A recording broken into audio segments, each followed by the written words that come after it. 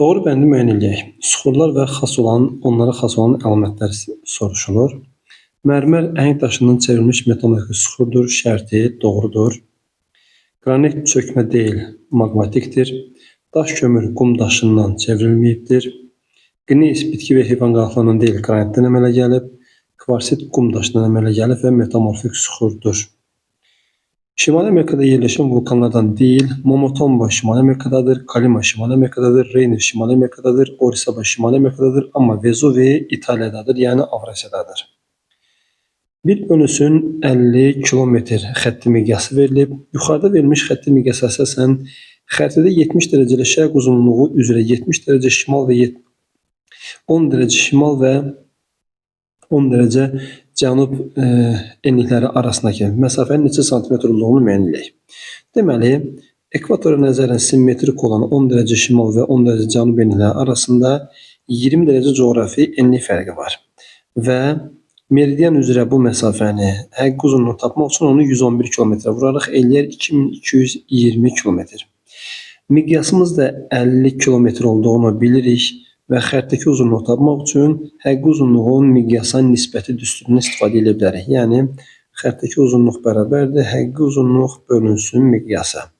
2220-ni 50-yə böləndə cavabımız 44,4 alınacaq, yəni cavab Y variantı. Elirven diaqramına əsasən uyğunluğu müəyyən edək. Sakit Okean tavası, Afrika tavası. Yalnız okean yerqabına malikdir şərti Sakit Okeana aiddir. Həm materik, həm də okean yerqabına malikdir şərti Afrikaya aiddir. Böyük Tasvet tavası şərti hər ikisinə aiddir. Ərəbistan tavası ilə həmsərhədli şərti isə yalnızca Afrikaya aiddir. Yəni, birinciyə 1, ikinciyə 2, 4, üçüncüyə 3 D variantıdır. Cənub və şərq olmaqla iki yarımkürədə yerləşən materik Avstraliya materikidir. Ekvatorla kəsişmədiyi üçün tamamilə cənubdadır. Qrinviç və 180 dərəcəli meridianı görmədiyinə görə tamamilə şərqdədir. Avstraliya materiki. Mantia qatı ilə tam əhatə olunmuşdur nüvə. Şimali Amerika materikini Avstraliyadan fərqləndirən xüsusiyyət. Qütb gecə gündüzləri müşahidə olunmuş şərti həqiqətində Şimali Amerikanı Avstraliyadan fərqləndirən xüsusiyyətdir. Belə ki, Şimali Amerika qütb dairəsi ilə kəsilir, Avstraliya isə kəsilmir. Deməli, qütb gecə gündüzləri yalnızca Şimali Amerikada müşahidə edilir. Günəşin zenitdə olma prosesi tropiki gördüklərinə görə hər ikisində var. Sahilləri Sakit Okean suları ilə yuyulur, hər ikisinə aiddir. İki yarımkürədə yerləşmə hər ikisinə aiddir. Ərazidə ovalıq və yaylalar var, şərti isə hər ikisinə aiddir. Xəritə sxeminə əsasən yerin öz oxu ətrafında fırlanma sürətinin daha böyük olduğu nöqtə bilirik ki, ekvatordan qütblərə doğru getdikcə yerin öz oxu ətrafında hərəkət sürəti kiçilir. Yəni, ən yüksək sürət ekvatorial ərazilərdədir, yəni cavab D variantı. Mülayim işıqlanma quşağında yerləşən coğrafi enliklər. Bilirik ki, mülayim işıqlanma quşağı 23,5 dərəcə və 66,5 dərəcə coğrafi enliklər arasındadır. Şimal və cənub yarımkürəsi adına. Deməli, burada 1-ci, 4-cü və 5-ci bəndlər bizim şərti ödəyir. 1, 4, 5 cavab C variantı. Sönmüş vulkanı müəyyən eləyək. Fudziyama fəaliyyətdədir, Taxumulka fəaliyyətdədir, Etna fəaliyyətdədir, Popocatépetl fəaliyyətdədir, Dəmavənd isə sönmüş vulkandır Xəzərin cənubunda Elbrus silsiləsində. Kəsmə yüksəkliyi 20 metr olarsa, A nöqtəsi mütləq hündürlüyünü müəyyən edək. Bilirik ki, dağda və ya təpədə daxili horizontal zirvədən kiçik olub kəsmə yüksəkliyinə qalxısız bölünən ilk horizontaldır. Yəni, 413-dən kiçik olub 20-yə qalxısız bölünən ilk rəqəm 400-dür. Deməli, daxili horizontalın hündürlüyü 400 metrdir.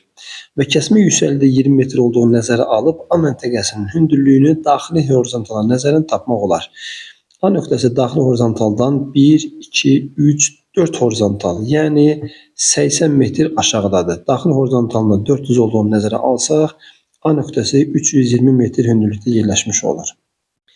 Planda miqyası şərti işarələrlə təsvir olunmur. Metal körpü miqyassızdır, su dəyirmanı miqyassızdır, tək ağac miqyassızdır, market miqyassızdır, meyvə bağı isə konturlu və ya sahəvidir. Hansı təsvir üsulu ilə tematik xəttlərdə coğrafi obyektlərin ərazi üzrə yayılması, eləcə də onların kəmiyyət göstəriciləri verilir. Buna nöqtələr üsulunu aid eləmək olar. A materiki materiklər arasında ən gec kəşf olunan materikdir. Deməli, A materiki Antarktida materikidir. Buradan bütün meridianlar keçir və onlar coğrafi qütbdə birləşir. Sahəsinə görə yalnız bir materikdən, yəni Avstraliya materikindən böyükdür. A materiki Antarktidadır. Cavab Y variantı. Üfüqün hansı cəhətinin azimutu şərq istiqamətinin azimutundan daha kiçikdir? Şərq istiqamətinin azimutu 90-dır. Deməli, şimal-şərq, yəni 45 və ya şimal, yəni 0 azimutları şərq istiqamətindən daha kiçikdir. Yəni, şimal və ya şimal-şərqdən biri götürülə bilər. Burada B variantında şimal-şərq verilib. Müqəddəs Yelena adası hansı tavaların divergen sərhədində yerləşir? Bu, Afrika və Cənubi Amerika olmalıdır. Yəni, cavab B variantı. Müqəddəs Yelena təxminən buralardadır. Yəni, Cənubi Amerika ilə Afrikanın arasında. Xəritələrdə eyni hündürlüyə malik olan nöqtələri birləşdirən əyri xəttlər izohips adlanır. İzoseismikliyi bildirir, izoterm temperaturu, izobat dərinliyi, izobar təzyiqi bildirir. Qədim Gondvananın tərkibində olmamış materik, bilirik ki, Gondvananın tərkibində mərkəz və cənub hissələr, Lavraziyanın tərkibində isə şimal hissə, yəni Şimali Amerika və Avrasiya olub. Deməli, biz burada Şimali Amerikanı götürə bilərik. Atmosfer təzyiqini ölçmək üçün istifadə olunan civəli barometr cihazı ilə həm də nəyi təyin etmək olar? Burada söhbət mütləq hündürlükdən gedir. Cavab C variantı. Cədvələ əsasən doğru bəndi müəyyən edək. Bakıda 23 sentyabr günorta vaxtıdır. Buna uyğun doğru və yanlış şərtləri seçək. 70 dərəcə şərq uzunluğunda günəş batıb. Bir baxaq görək.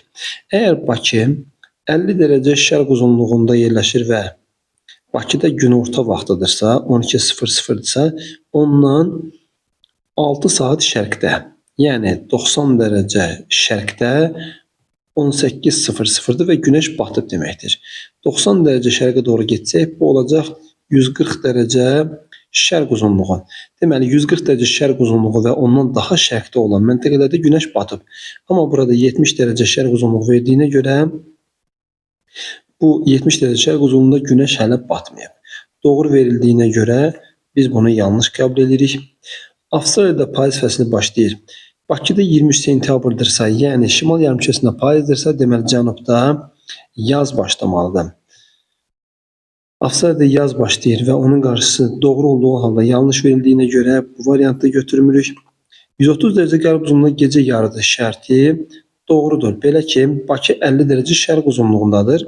Bakıda əgər günorta saat 12-dirsə, gecə yarısının olduğu məntəqə Bakıdan 180 dərəcəli coğrafi uzunluq fərqində və ya 12 saat yerli vaxt fərqində olmalıdır.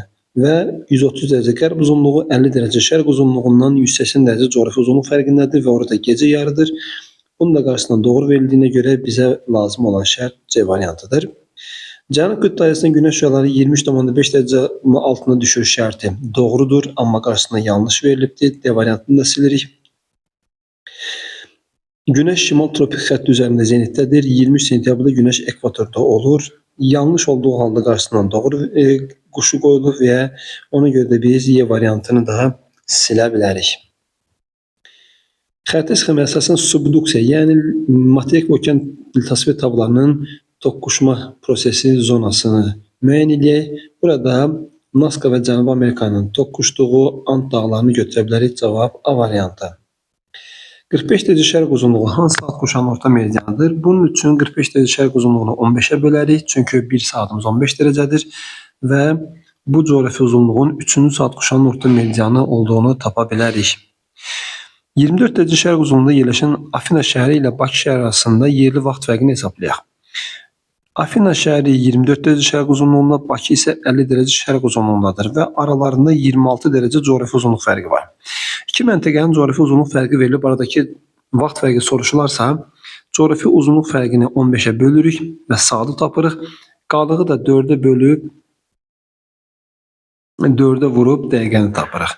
Yəni, 26-nı 15'ə bölsək, bir dəfə 15, qalığımız 11, 4'ə vursaq eləyəcək 44. Yəni 1 saat 44 dəqiqə. Afina və Bakı şəhərləri arasında 1 saat 44 dəqiqə vaxt fərqi var. 1 saat 44 dəqiqə. 1 bölünsün 300.000 ədədi miqyasını izahlı miqyasa çevirək. Ədədi miqyası izahlı miqyasa çevirmək üçün baxırıq. Əgər ədəd miqyasında 5 sıfır varsa, onu 100.000-ə bölüb kilometrlə ifadə edə bilərik. Əgər 5 sıfır yoxdursa, 2 sıfır silib onu metrlə ifadə edə bilərik. Yəni burada 5 sıfır silib 1 santimetrdə 3 kilometr olduğunu qeyd edə bilərik. İcmal topoqrafi xəttləri müəyyən edək. İcmal topoqrafi xəttlər orta miqyaslı xəttlərdir. Yəni 1 bölünsün 200.000-dən 1 milyona qədər. Orta miqyaslı xəttlər olaraq burada 1-i, 2-ni və 4'ü işarə eləmək olar.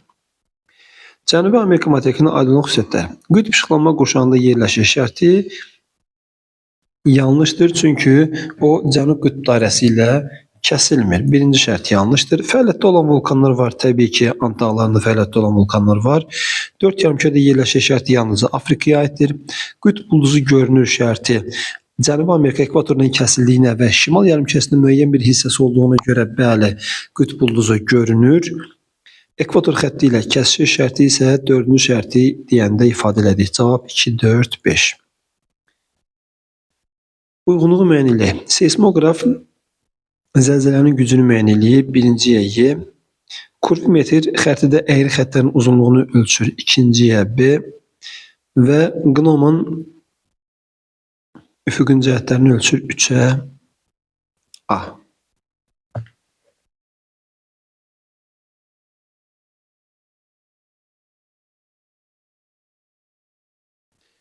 Buxara şəhəri 40 dərəcə şimal eni və 64 dərəcə şərq uzunluğunda yerləşir. Bu şəhərlə eyni enlikdə yerləşən Pekin şəhəri arasında 3 saat 28 dəqiqə yerli vaxt fərqi var. Pekin Buxara şəhərindən şərqdədir. Pekin şəhərinin coğrafi uzunluğunu müəyyən edək. Əgər ikisi də eyni coğrafi enlikdə, yəni 40 dərəcə şimal enində yerləşir və Buxara şəhəri və Pekin şəhəri Buxara şəhərindən şərqdədirsə, aralarında da 3 saat 28 dəqiqə vaxt fərqi varsa, Buxara şəhəri də 64 dərəcə şərq uzunluğunda yerləşirsə, Pekin şəhərinin coğrafi uzunluğunu tapmaq üçün aradakı vaxt fərqini dərəcəyə çevirək. 3 saatımız eləyəcək 45 dərəcə, 28 dəqiqəmiz eləyəcək 7 dəqiqə, 7 dərəcə. Onları toplayanda eləyir 52 dərəcə. 64'ün üstünə 52 gələndə Pekin şəhəri yerləşəcək 116 dərəcə şərq uzunluğunda. Deməli, biz Pekin şəhərinin coğrafi uzunluğunu tapdıq. Buxara və Pekin şəhərləri yerləşdə saat qurşaqlarını tapaq. Buxara 64 dərəcə şərq uzunluğundadır. Hər hansı məntəqənin coğrafi uzunluğu verilib saat qurşağı soruşularsa, onun coğrafi uzunluğunu 15'ə bölürük. Qalığımız 7,5'dən böyük olarsa, qismətin üzərinə 1 gəlirik.